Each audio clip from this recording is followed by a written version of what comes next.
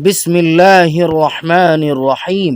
صرف 5 منٹ کا مدرسہ قرآن و حدیث کی روشنی میں 3 ربیع الثانی۔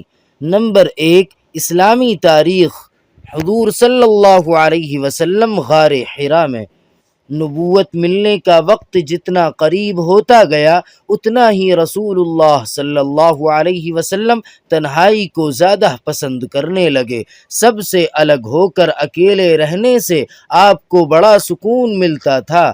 آپ اکثر کھانے پینے کا سامان لے کر کئی دن تک مکہ سے دور جا کر حرا نامی پہاڑ کے ایک غار میں بیٹھ جاتے اور ابراہیمی طریقے اور اپنی پاکیزہ فطرت کی رہنمائی سے اللہ کی عبادت اور ذکر میں مشغول رہتے تھے۔ اللہ کی قدرت میں غور و فکر کرتے رہتے تھے اور قوم کی بری حالت کو دیکھ کر بہت غمزدہ رہتے تھے۔ جب تک کھانا ختم نہ ہوتا تھا آپ شہر واپس نہیں آتے تھے۔ جب مکہ کی وادیوں سے گزرتے تو درختوں اور پتھروں سے سلام کرنے کی آواز آتی۔ آپ دائیں بائیں اور پیچھے مڑ کر دیکھتے تو درختوں اور پتھروں کے سوا کچھ نظر نہ آتا تھا۔ اسی زمانے میں آپ کو ایسے خواب نظر آنے لگے کہ رات میں جو کچھ دیکھتے وہی دن میں ظاہر ہوتا تھا۔ یہی سلسلہ چلتا رہا کہ نبوت کی گھڑی آ پہنچی اور اللہ تعالی نے آپ کو نبوت عطا فرمائی۔ نمبر 2، اللہ تعالی کی قدرت۔ انسان کی ہڈیاں۔ اللہ تعالی نے انسانی جسم کو ہڈی کے ڈھانچے پر کھڑا کیا ہے۔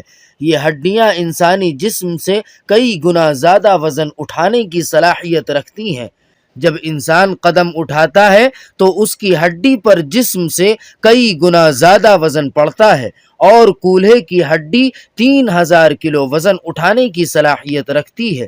وہ اسٹیل سے زیادہ مضبوط اور اس سے 10 گنا زیادہ لچکدار اور ہلکی ہوتی ہے۔ اگر یہ ہڈیاں بھی اسٹیل کی طرح وزنی ہوتی تو ان کا وزن ہمارے لیے ناقابل برداشت ہو جاتا۔ بے شک ان ہلکی پھلکی ہڈیوں میں اسٹیل سے زیادہ قوت و طاقت پیدا فرمانا اللہ تعالی کی زبردست قدرت ہے۔ نمبر 3، ایک فرض کے بارے میں، زکوٰۃ ادا کرنا۔ حضرت عبداللہ بن مسعود رضی اللہ تعالی عنہ ارشاد فرماتے ہیں کہ ہمیں نماز قائم کرنے اور زکوٰۃ ادا کرنے کا حکم ہے، اور جو شخص زکوٰۃ ادا نہ کرے اس کی نماز بھی قبول نہیں۔ نمبر 4، ایک سنت کے بارے میں، چھینک آئے تو منہ پر کپڑا یا ہاتھ رکھ لے۔ رسول اللہ صلی اللہ علیہ وسلم کو جب چھینک آتی تو آواز کو آہستہ کرتے اور چہرہ مبارک کو کپڑے سے یا ہاتھ سے ڈھانک لیتے۔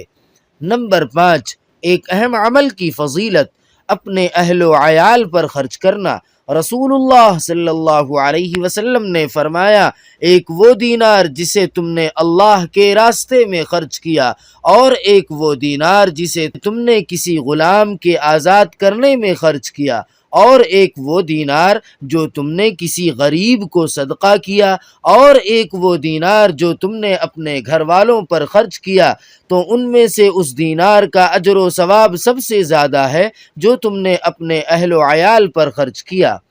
نمبر 6، ایک گناہ کے بارے میں، تجارت میں جھوٹ بولنا۔ رسول اللہ صلی اللہ علیہ وسلم نے فرمایا، تاجر لوگ بڑے گنہگار ہوتے ہیں۔ لوگوں نے کہا، یا رسول اللہ، کیا اللہ تعالی نے تجارت کو حلال نہیں کیا؟ آپ صلی اللہ علیہ وسلم نے فرمایا، ہاں بے شک، لیکن وہ قسم کھا کر گنہگار ہوتے ہیں اور بات کرتے ہوئے جھوٹ بولتے ہیں۔ نمبر 7، دنیا کے بارے میں، بد نصیبی کی پہچان۔ رسول اللہ صلی اللہ علیہ وسلم نے فرمایا، 4 چیزیں بد نصیبی کی پہچان ہیں۔ نمبر 1، آنکھوں کا خشک ہونا کہ اللہ تعالی کے خوف سے کسی وقت بھی آنسو نہ ٹپکے۔ نمبر 2، دل کا سخت ہونا کہ آخرت کے لیے یا کسی دوسرے کے لیے کسی وقت بھی نرم نہ پڑے۔ نمبر 3، امیدوں کا لمبا ہونا۔ نمبر 4، دنیا کی حرص و لالچ کا ہونا۔ نمبر 8، آخرت کے بارے میں، جنت والوں کا انعام و اکرام۔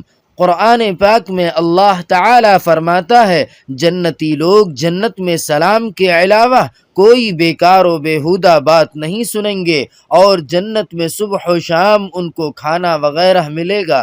یہی وہ جنت ہے جس کا مالک ہم اپنے بندوں میں سے اس شخص کو بنائیں گے جو اللہ سے ڈرنے والا ہوگا۔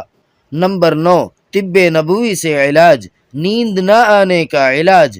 حضرت زید بن ثابت رضی اللہ تعالی عنہ نے حضور صلی اللہ علیہ وسلم سے نیند نہ آنے کی شکایت کی تو آپ صلی اللہ علیہ وسلم نے فرمایا یہ پڑھا کرو: اللہم غارت النجوم وہدأت العیون وانت حی قیوم یا حی یا قیوم انم عینی واہدئ لیلی۔ ترجمہ: اے اللہ، ستارے چھپ گئے اور آنکھیں پرسکون ہو گئیں، تو ہمیشہ زندہ اور قائم رہنے والا ہے۔ اے ہمیشہ زندہ اور قائم رہنے والے، میری آنکھ کو سلا دے اور میری رات کو پرسکون بنا دے۔ نمبر 10، قرآن پاک کی نصیحت۔ قرآن پاک میں اللہ تعالی فرماتا ہے تم فقر و فاقہ کی وجہ سے اپنی اولاد کو قتل نہ کرو، ہم ان کو بھی روزی دیتے ہیں اور تم کو بھی۔ سبحان ربک رب العزت عما یصفون وسلام علی المرسلین والحمد للہ رب العالمین۔